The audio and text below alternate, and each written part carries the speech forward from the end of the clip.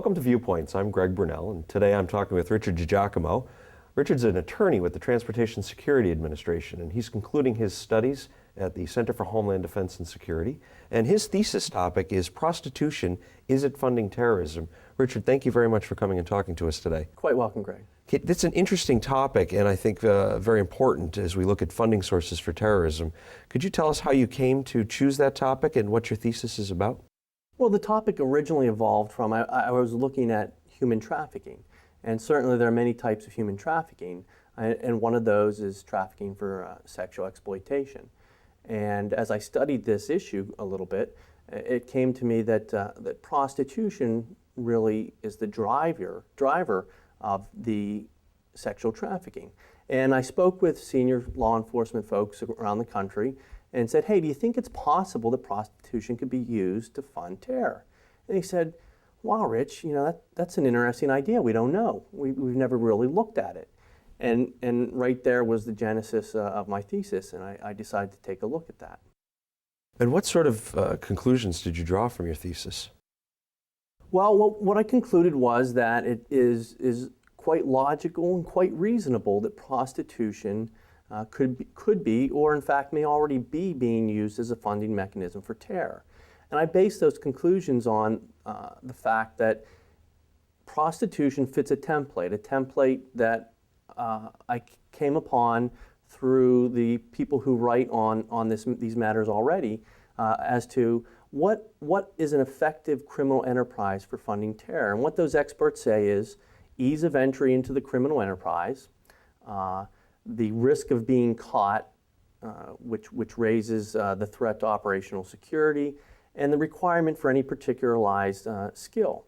And with that template, then I took a look at prostitution as a criminal enterprise. And when you review the business of prostitution, you see that the opportunities are limitless, from the street pimp in any major city across America to the transnational gangs such as MS-13, to the street gangs anywhere in America, to organized crime all over the world. These are all criminal enterprises that run prostitution to make money. So the opportunities are limitless. Then when you take a look at any specialized skill required to enter the business, again, no specialized skill. 18, 19-year-old gang members are running prostitution rings. Transnational organized crime moguls are running the business, and everything in between. So as far as any particularized or specialized skill, there really aren't any required. And then the final piece of that puzzle or the template is the fact that prostitution as a crime is viewed throughout the world really as a harmless vice. It's viewed as a social choice, a moral choice. And even when we do prosecute the crimes, the crime of prostitution, we tend to prosecute the women who engage in the prostitution. It's just easier to do that. So if I'm a terrorist financier and I'm looking at a criminal enterprise to fund my operation, I look at the fact it's highly unlikely that I'll ever be prosecuted for the crime. It's highly unlikely I'll ever be caught engaging running the business of prostitution. I don't need a whole lot of money up front to engage in it, and it raises significant amount of funds. So I think based upon that, it concluded that it's reasonable and logical that terrorism could be funded with prostitution. In fact, I would argue that it would be illogical and unreasonable if the terrorists didn't use that as a funding mechanism.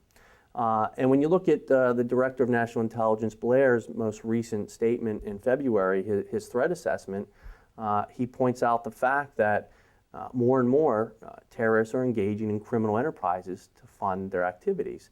And I believe that prostitution is a below-the-radar criminal enterprise that somebody looking at the way we do business in the United States would come to the conclusion, hey, that's a good enterprise to engage in, low risk, high reward to fund an operation. And prostitution generates a tremendous amount of money every year worldwide, in the United States as well.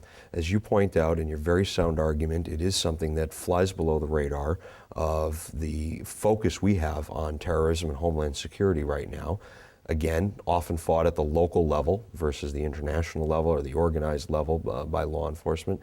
So with your very sound argument and the conclusions you draw, as you engaged other Homeland Security practitioners in this discussion, what sort of reception did you get? What was their perspective as to your approach?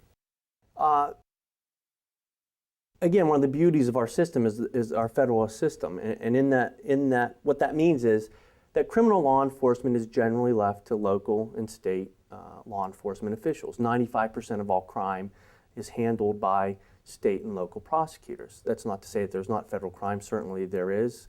The FBI, U.S. attorneys' offices across the country do a fantastic job, as do our local state law enforcement officials. But what the problem requires is a systemic approach. And when I say that, it's a very complex issue. It's not just a matter of going up, rounding up prostitutes or johns and throwing them in jail, but we need to change the mindset of the way the system operates. The legal system, the law enforcement system, the judicial system, and even the social support systems that we have. And the literature out there suggests that when we do merely arrest the people that are paying for sex, the johns, that it has an impact. It causes a reduction in demand. And that sounds simple, but it requires judges, police officers, and prosecutors to make that attempt. So I suggest a systemic change. We need to enforce the laws that we have on prostitution and arrest the men that pay for it. That will help reduce demand. The systemic approach, once you do that, then will allow us to address situational factors. The women that find themselves having to prostitute to earn a living, either voluntarily or involuntarily, it doesn't matter. And the situations that we change, and what I found, there are a handful of locations across the country that run, for lack of a better word, a prostitution court.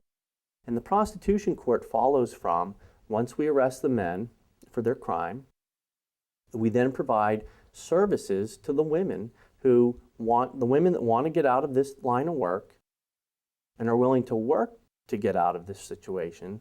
The court system will provide, through these prostitution courts, all the means for them to do that. Be that medical help, treatment help, job skills, whatever it might be, housing.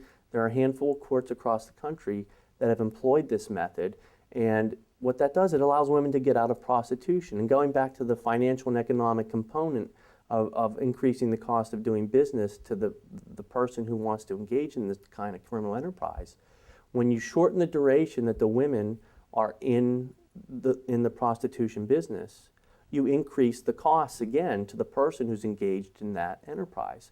So when we arrest the men that engage in that business, we increase the cost to the terrorist financier, because he now has to take more steps if he's not going to have men arrested engaging in his business.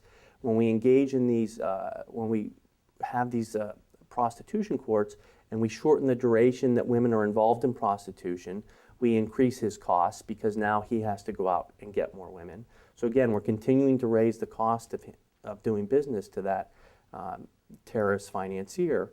And then at an individual level, what we do in the overarching systemic approach is we educate the men who are arrested that, hey, here's why prostitution is bad. And here are some of the evils that it creates. That's one individual approach that can be taken. And a final individual approach that would be taken also is a program right now that runs out of Dallas that intervenes with runaways. There was a law enforcement official there who detected a pattern that once an individual, an underage girl, woman, somebody under the age of 17, would run away for 4 times, that the likelihood of them ending up in prostitution was significant. And you'd say, well, Rich, isn't prostitution with a minor already a crime? Well, yes, it is, but you need to prosecute it. It's just not easy to do. Certainly. And what we do when we intervene with somebody who's less than 17, we stop them from becoming the 18, 19, 20, 21-year-old prostitutes. So again, we intervene before somebody runs away for 4 times, and we shorten the time or prevent them from becoming a prostitute in the first place. And again, what that does is raise the cost to the terrorist financier. And all 3 of those solutions, Greg, no matter whether it's a systemic approach of just merely enforcing our laws, whether it's providing a prostitution court where women who wish to get out of this business can get out of this business, or where we intervene with young runaway women or girls and prevent them from getting into that lifestyle. It has benefits both to Homeland Security and to society in general. So again, I think those are ideal solutions, because even if it turns out that prostitution does not fund terror, these steps also have benefits to society at large. So we get the dual purpose, dual benefit of implementing these kinds of steps. That's excellent. Thank you. It really shows how the discipline of Homeland Security includes all Americans, includes all disciplines. In your case, in what you described, from the social service offices to the folks in local law enforcement, right through the federal step of law enforcement, to address both human trafficking, the exploitation of women, and prostitution. And as you said, if we can address this, whether or not there's a nexus to international terrorism, we can certainly make a more positive impact in America as well. So, Richard, thank you very much for coming and talking to us today. Quite welcome, Greg.